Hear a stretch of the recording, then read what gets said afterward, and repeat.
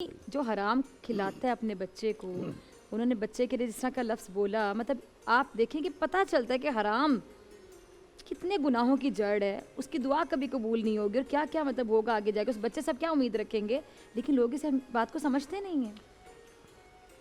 ان الحمد للہ وحدہ والصلاة والسلام علی من لا نبی بعدہ اما بعد فاعوذ باللہ من الشیطان الرجیم بسم اللہ الرحمن الرحیم یا ایہا الرسل کلوا مما فی الارض حلالا طیبا صدق اللہ مولانا العظیم۔ آپ نے اور ہم نے رمضان المبارک میں جتنے ٹاپک یہاں پہ چھیڑے ان پر سیر حاصل گفتگو ہوئی اور بہت اچھی گفتگو ہوئی، اچھا ڈیبیٹ ہوا الحمدللہ۔ میں یہ سمجھتا ہوں کہ یہ آج کا جو ٹاپک ہے یہ ان تمام گفتگو کا، ڈیبیٹس کا لب لباب ہے، خلاصہ ہے۔ اللہ اور اگر اس پر عمل نہیں ہے تو کوئی کام بھی قابل قبول نہیں ہے، کوئی عبادت قابل قبول نہیں ہے۔ میں آگے بڑھنے سے پہلے ایک حدیث مبارکہ کا ترجمہ سنانا چاہتا ہوں۔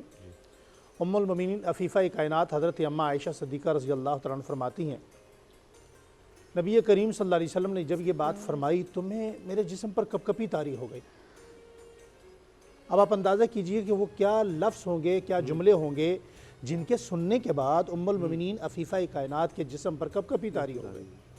حالانکہ ان سے زیادہ پاکیزہ کون تھا اور کون ام المومنین؟ اس حدیث کا ترجمہ سننے سے پہلے بھی یہ سنیے، آپ کا فتویٰ ہے ام المومنین حضرت عفیفہ کائنات رضی اللہ تعالیٰ عنہ وہ صحابیہ ہیں کہ حضور صلی اللہ علیہ وسلم کے تمام صحابہ اہل بیت عالم تھے، ان میں 100 مفتی تھے، 100 مفتیوں میں 12 مجتہد تھے، اور 12 مجتہد میں اماں عائشہ صدیقہ رضی اللہ تعالیٰ عنہ ایک مجتہد تھیں، اور آپ کے تقوی کا یہ عالم تھا، اللہ اکبر کبیرہ سبحان اللہ، کہ آپ کے تقوی کا یہ عالم تھا۔ آپ نے فرمایا جسے قرضہ دو اس سے دعا مت کرواؤ، جسے قرضہ دو اس سے دعا کروانا سود قرار دیا گیا۔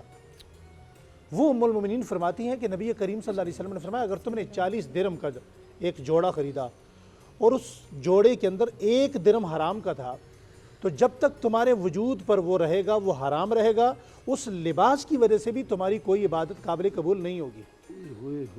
1 درہم حرام کا اس 40 درہم میں آ گیا، اس لباس میں انٹر ہو گیا، وہ لباس پہن کر، باقی ہمارا کھانا حلال ہے، پینا حلال ہے، لیکن وہ لباس اگر ہم نے حرام کا پہنا ہوا ہے تو ہمارے وجود پر اس حرام کے لباس کی وجہ سے ہماری کوئی عبادت قابل قبول نہیں ہوگی۔ اسامہ بھائی، بات یہ ہے کہ ہمیں اس روش کو چھوڑ کر اپنے پچھلوں کی نقش قدم پر اور روش پر آنا پڑے گا۔ آپ دیکھیں کہ ہمارے جو بڑے تھے انہوں نے زندگی کیسے گزاری۔ حضرت امام اعظم امام ابو حنیفہ رحمۃ اللہ علیہ، آپ سے پوچھا گیا کہ جی آپ کوئی وصیت کیجئے اور اس کائنات کی ایسی وصیت کیجئے کہ مختصر اور جامع معنی ہو۔ آپ نے فرمایا ہر حال میں حلال کھاؤ۔ ہر حال کا مطلب کیا ہے کہ آپ پر کوئی بھی حال آ جائے، زندگی کا کوئی بھی حال، کوئی بھی وقت کوئی بھی مشکل آ جائے، آپ نے حلال ہی کھانا ہے، اس میں اور آپ نے ہر حال میں حرام کو چھوڑنا ہے۔ مطلب تھوڑا اس میں بتا دیجیے گا مختصر سے کہ یہ کوئی لوگ ہیں جو غریب آدمی ہے، وہ کسی کے یہاں ملازمت کرتا ہے، اس کو تو نہیں پتا کہ وہ اس کا جو مالک ہے وہ کس طرح سے کر رہا ہے، یا کوئی ڈرائیور ہے یا کچھ ہے، تو وہ اگر اپنی ڈیوٹی صحیح کر رہا ہے تو اس کے لیے وہ حلال ہے۔ اگر اس کو نہیں پتا کہ کیا ہے، مثلا ہم بینک کا نظام ہے جس طرح سے، دیکھیں مسئلے کی حد تک تو شاید یہاں تک یہ بات جائز ہو کہ جس طرح بینک میں بھی آج کل ایک یہ ہیلا ہی کیا جا رہا ہے کہ بینک کا سارا سسٹم حرام پہ ہے۔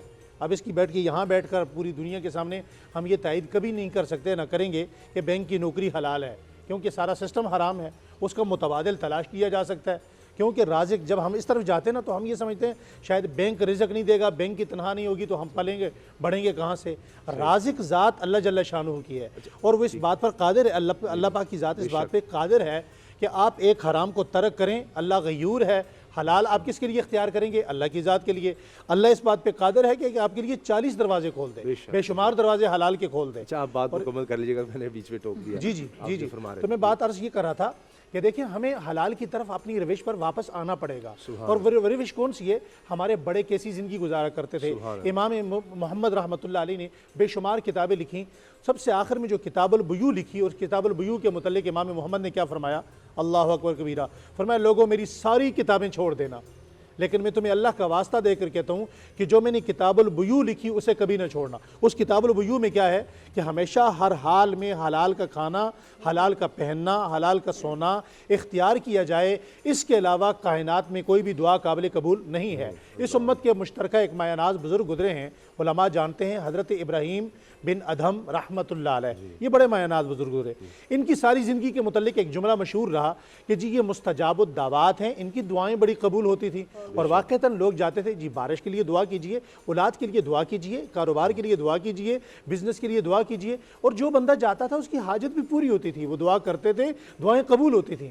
اور ساری زندگی لوگوں کی ایک خواہش رہی کہ یہ ہمیں اسم اعظم بتائیں۔ تو آپ کی طبیعت جب زیادہ خراب ہونے لگی اور محسوس ہونے لگا کہ شاید اب میں دنیا سے چلا جاؤں گا، تو آپ نے فرمایا بھائی لوگوں کو جمع کرو، علماء کو جمع کرو۔ آپ کے شاگرد علماء اتقیاء قریب آئے، سارے لوگ جمع ہوئے۔ آپ نے فرمایا وہ اسم اعظم آج میں تمہیں بتانے لگا ہوں جس کی وجہ سے میری دعائیں قبول ہوتی ہیں اور اللہ جل شانہ میری سنتے ہیں، اللہ میری سنتے ہیں، وہ دعائیں آج وہ اسم اعظم میں تمہیں بتانے لگا ہوں۔ اب سارے لوگ خوشی خوشی بھاگے دوڑے آئے، جس طرح آج بھی شاہ صاحب کے پاس بڑا رش لگا رہتا ہے جی وظیفہ بتا دیں، بھائی حلال کھاؤ، یہ سب سے بڑا وظیفہ ہے۔ بے شک کیا بات اب ساری دنیا جب جمع ہوئی تو جمع ہونے کے بعد اتنے لوگ جمع ہوئے کہ دوسرے لوگوں تک بات پہنچانے کے لیے مکبرین کھڑے کیے گئے تاکہ حضرت کی اپنی آواز اتنے لوگوں تک نہیں جا سکتی تھی۔ تو حضرت نے جو اسم اعظم بتایا وہ کیا تھا؟ فرمایا بھئی صرف ایک ہی اسم اعظم ہے، حلال کھانا شروع کرو، تمہاری زندگی میں برکت بھی آئے گی، تم مستجاب الدعوات بن جاؤ۔ کیا بات جو بندہ حلال کھائے گا اس کی ہر دعا قبول ہوگی۔ اور حلال کھانے والا، دیکھیں اس پہ ایک مولانا احمد علی لاہوری رحمۃ اللہ علیہ نے بڑا قیمتی جملہ کہا، دنیا میں جتنے لوگ ایسے ہیں جن سے گناہ کبیرہ کا ارتکاب ہوا ہے، یہ نہیں ہو سکتا کہ انہوں نے حلال کھایا اور گناہ کبیرہ کیا ہو، کوئی نہ کوئی لقمہ حرام کا اندر جاتا ہے۔ یہ احمد علی لاہوری رحمۃ اللہ علیہ وہ تھے کہ جس گھر میں کھانا کھا لیتے تھے وہ لوگ بڑا فخر کیا کرتے تھے، یعنی یہ حلال کا کھاتے ہیں اور ان کو محسوس ہو جاتا ہے صاحب کشف شخصیت تھی۔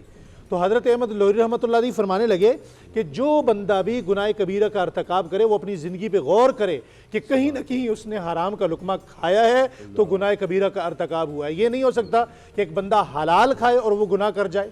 حلال میں اللہ نے معصیت نہیں رکھی، حلال میں اللہ نے اپنی، حرام میں اللہ نے معصیت نہیں رکھی، اپنی نافرمانی، اپنے رسول کی نافرمانی نہیں رکھی۔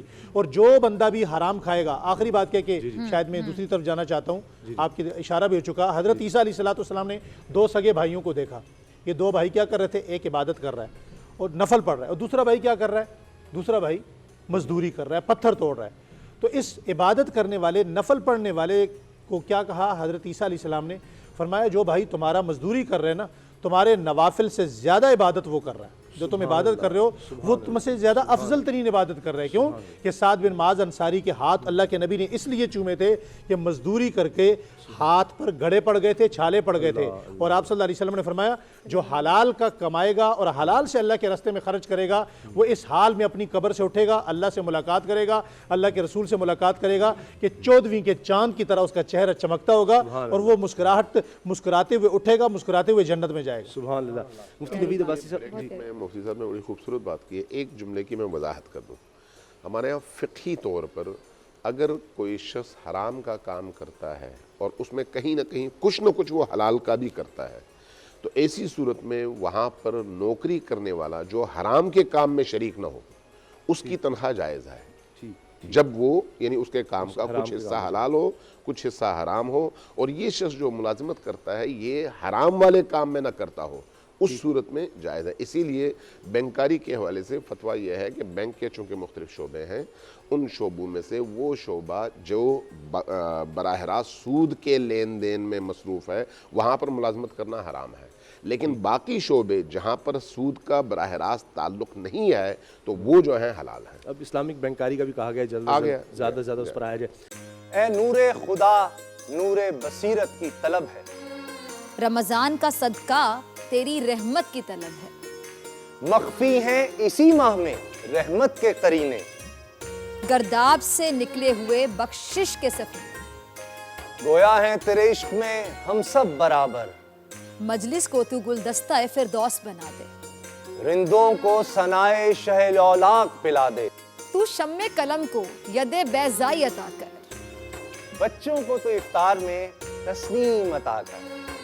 رمضان مبارک کی خصوصی نشریات رمضان میں بول، صرف بول انٹرٹینمنٹ پر۔ رمضان میں بول